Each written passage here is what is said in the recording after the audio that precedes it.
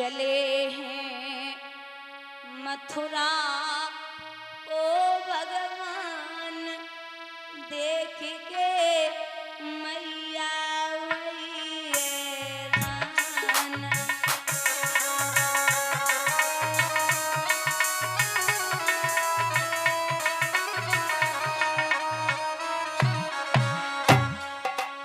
चले हैं मथुरा को भगवान देख के जननी वही हैरान।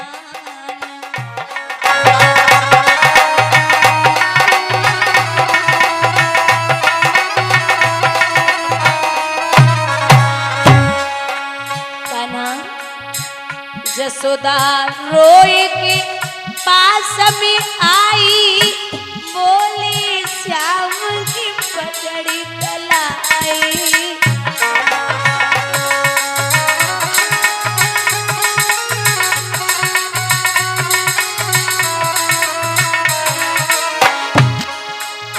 रखना मुरलीधर कछुआन देख के मैया वही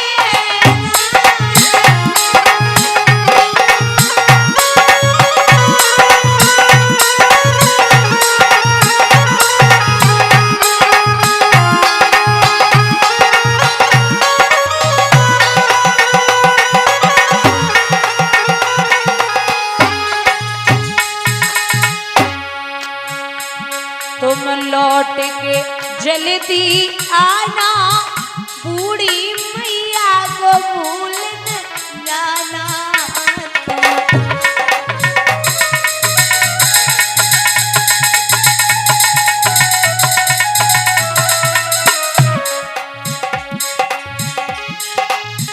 रस्ता देखूं सुबह और शाम देख के जननी वही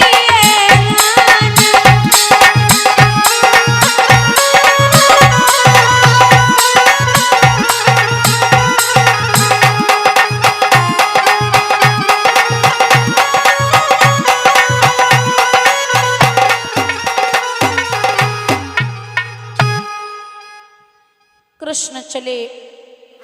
गोपियां बार बार रोक रही, सब व्याकुल हैं। जब तक रथ दिखाई देता रहा तब तक तो मां यशोदा देखती रही। ऐसे ही रथ आंखों से ओझल हुआ, बेहोश होकर गिर पड़ी। धीरे धीरे कान्हा यमुना तट पर पहुंचे, वहां स्नान किया। और चाचा अक्रूर को एक बात कही, चाचा आप चिंता ना करो, मैं हूं भक्त का चाचा और भक्त हमेशा मेरा है। मैं सपने में नहीं भाता हूं, जो करता मेरा तेरा है।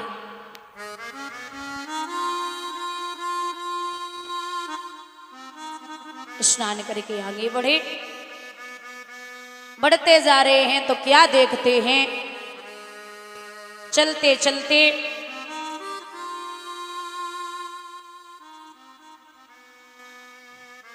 रथ उड़ता हुआ जा रहा है।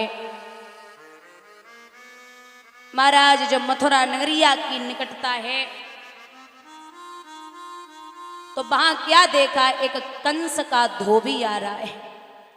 ये वही धोबी है जो त्रेता युग में मैया सीता को जब रावण ले गए थे, रघुनाथ जी वापस लेके आए। इस धोबी की धोबिन गायब हो गई। जब पुनः वापस आई तो उसने बहुत मारा और जवाब दिया है कि मैं वो राम नहीं हूं जो सीता को रावण के यहाँ से आई हुई थी और रख लिया। भगवान ने कहा कि मैं अभी मर्यादा के बंधन में हूं, लेकिन द्वापर में सब बात का बदला अवश्य लूंगा। कृष्ण और राम दोनों ही विष्णु के अवतार हैं, कृष्ण और राम। राम और कृष्ण में एक ही चीज, एक फर्क है। राम ये सिखाते हैं कि मर्यादा में रहते कैसे। राम जी ये सिखाते हैं कि मर्यादा में रहते कैसे हैं, और कृष्ण ये सिखाते हैं कि मर्यादा में रखते कैसे हैं। बोलिए गोविंद भगवान की। भगवान ने कहा कि मैं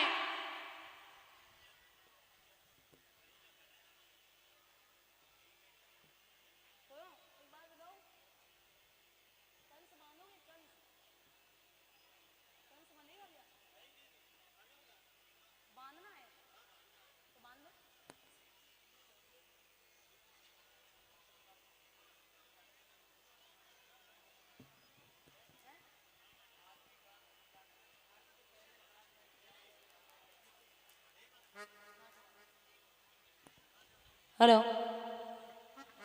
भैया, इधर भगवान बोले भैया कहाँ जा रहे हो? ये वस्त्र, बोले ये वस्त्र जो हैं ये राजा महाराजाओं के। भगवान बोले मुझे चाहिए थे। बोले कौन हो? मैं मैया यशोदा का बेटा कृष्ण, यदुवंशी हो? बोले जी। धोबी दांती को पीस के कहने लगा, ओ गोकुल के ग्वाल चलावे गाल, शर्म नहीं आवे औकात भूल के अपनी रे मालिक पे हुक्म चलावे। दर्पण में मुख देख कर्म की रेख समझ नहीं पावे, और नौकर हो के आज रे मालिक पे हुक्म चलावे। भगवान बोले ये लो, ये क्या था? मैं तो कितने प्यार से वस्त्र मांग रहा हूं और तू उल्टा सीधा बोल रहा है। सुन, मैं सीधी सादी बात करूं और तू उल्टा सीधा चलता है।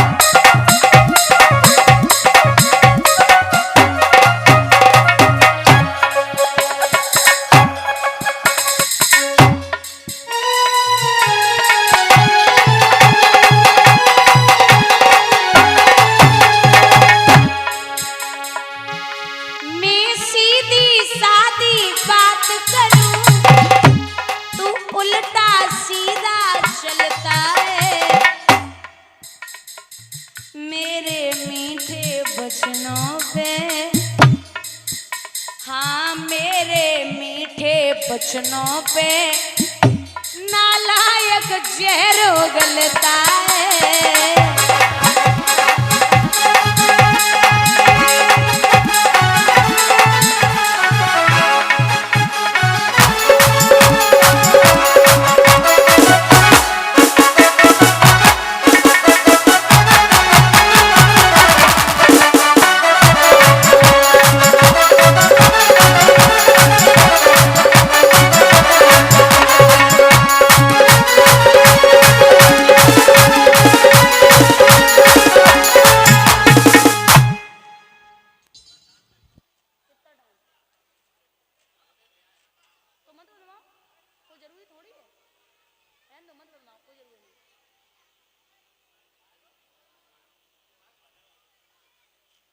बंधु यहाँ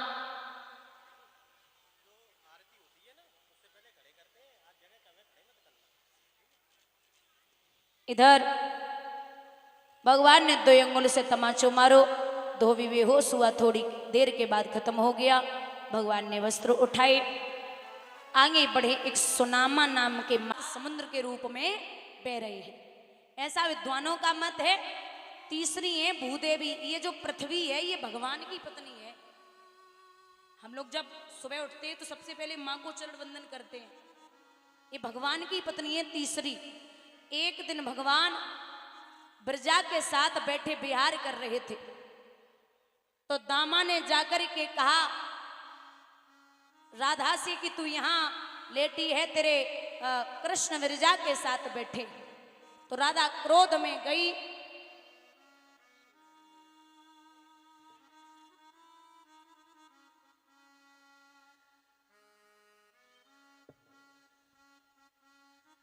राधा पहुंची तो ब्रजा तो नदी रूप में परिणित हो गई। भगवान अंतर ध्यान हो गए। कोप भवन में राधा लेट गई। ब्रजवासी सभी इकट्ठे हो गए। तो दामा ने कहा मान जा राधा, अब कृष्ण इतना मना रहे। बोले नहीं मान रही। कृष्ण ने फिर कहा कि देख देवी, मैं तेरी सौगंध खाता हूं, इतना प्रेम में किसी से नहीं करता जितना मैं आपसे करता हूं। वो तो ब्रजा से कुछ काम था तो बात कर रहे थे।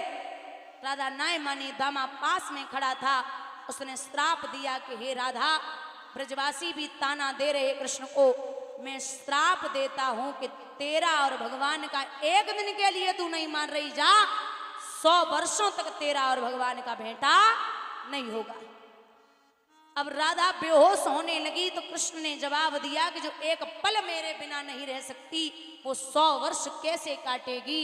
मैं सप्ताह में मतलब 7 दिन में एक पल के लिए दर्शन क्यों न दूं, देता रहूंगा। इस प्रकार श्री कृष्ण जब मथुरा के लिए जा रहे परसों की कह के बार बार मैया यशोदा रोक रही, लेकिन कान्हा बार बार समझाई रहे। गोपियां बोली, कृष्ण आप मेरी लाखों के चूनर फाड़ देना, मेरी रोज 100 मटकियां फोड़ देना, मैं कभी भी माँ को उल्हाना देने नहीं आऊंगी, लेकिन हमें छोड़ के मत जाओ। कौन किसको समझाए। भगवान बोले कि कर्मन से मिलनो भयो और कर्म ही बिछुड़ाए। रात्रि भर हो गई, मैया को छाती से लगाए लगाए ब्रह्म मुहूर्त में 4 बजे कृष्ण ने स्नान किया। बलराम कृष्ण दोनों स्नान करके रथ की तरफ बढ़े तो मैया यशोदा झपट के लाला को छाती से लगाई के बोली, कान्हा